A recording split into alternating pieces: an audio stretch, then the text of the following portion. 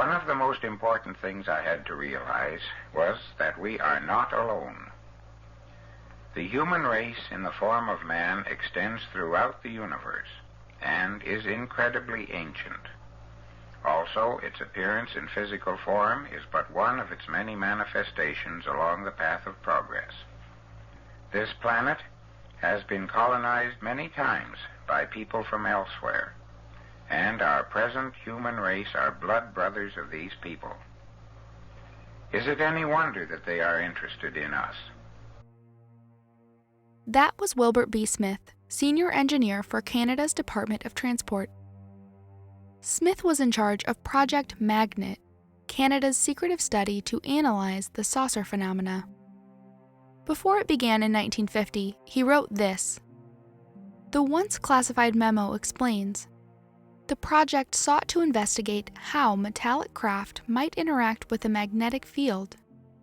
Canadian officials also believed the United States was studying how saucers were related to mental phenomena, and that it was the country's most highly classified subject above the hydrogen bomb.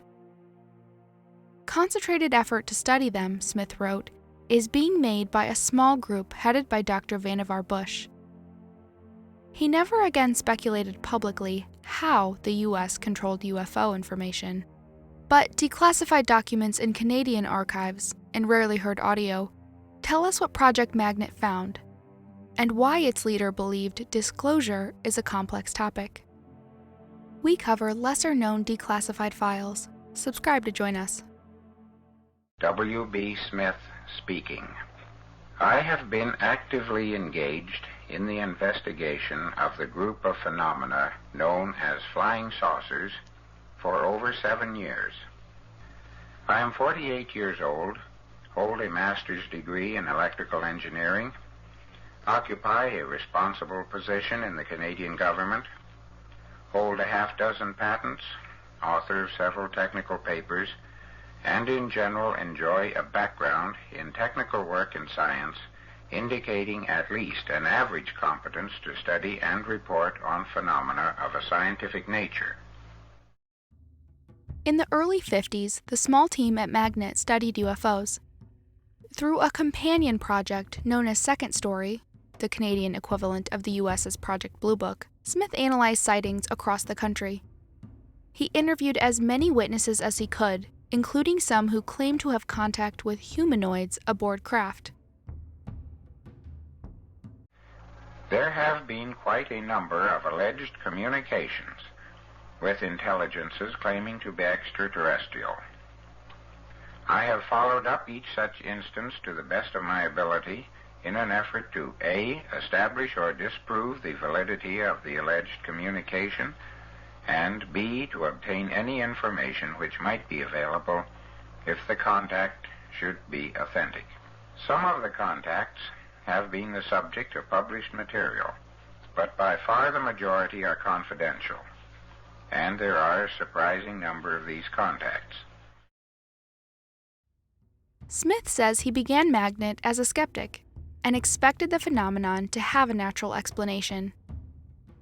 But after reviewing every Canadian sighting, including many still classified at the time, he came to a different conclusion. Vehicles can travel several thousand miles per hour and reach altitudes well above conventional aircraft and balloons, he wrote in '52. Quote, unless the technology of some terrestrial nation is more advanced than generally known, we are forced to the conclusion the vehicles are probably extraterrestrial, in spite of our prejudices to the contrary. The next step in this investigation should be a substantial effort toward the acquisition of as much as possible of this technology. Unwanted media attention forced the project underground in '54. It continued, informally, for the next 8 years until Smith's death. Alongside witness interviews, he also investigated the science behind flying saucers to determine if magnetic field manipulation was possible. The document trail lightens here.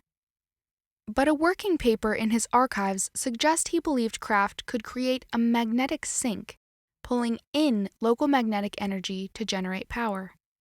This may not be humanly possible, he later admitted. The inevitable conclusion was that it was all real enough, but that the alien science was definitely alien, and possibly even forever beyond our comprehension. More modern U.S. Navy patents suggest craft may use electromagnetism to interact with microscopic fluctuations, always present in the vacuum of empty space. An early version of this theory existed during Magnet, but had not been widely adopted.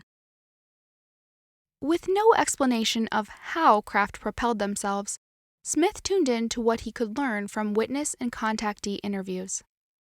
Hundreds of normal, honest people have seen what appear to be solid, real objects in the sky, which behave like no object normally seen in the sky ought to behave. Descriptions of these objects from observers, where circumstances virtually preclude collusion, check quite well among themselves and against data received from other sources.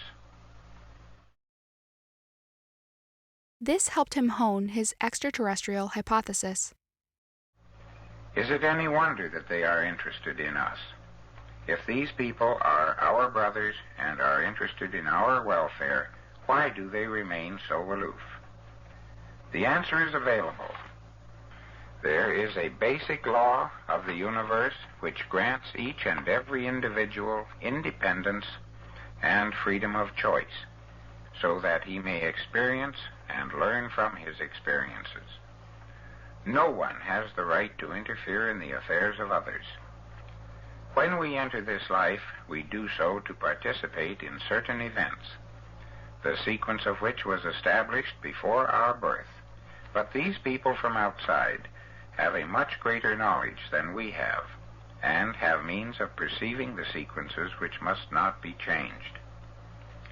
Therefore, while they have every desire in the world to help, and stand by, ready, able, and willing to do so, they are not permitted by cosmic law to interfere. We must ask, did he get all of this information from contactees? An article written by Smith later in his life suggests he came to believe he achieved some sort of telepathic link with entities claiming to be extraterrestrial. We have no way to verify this. Unlike U.S. Army remote viewers, for example, Smith had no training in psychic phenomena. Maybe he just got too swept up in the beliefs of the people he interviewed. But that type of speculation justifies the opposite too. Perhaps Smith really was experiencing actual legitimate contact because he was studying the phenomena in the higher levels of the Canadian government. His electrical engineering background, interest in magnetism, and multi-decade history working for the Transport Department gave him the credentials to lead Project Magnet. It's clear his superiors and those in Project Second Storey trusted him. The question is, do you? Let us know in the comments. And what do you think about his theory that observers follow cosmic law that prevents them from interfering with human activity?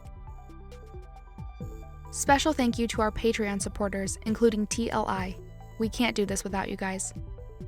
If you like what we do, consider joining them on Patreon and help us produce one new episode every week. Thanks again, and see you next time.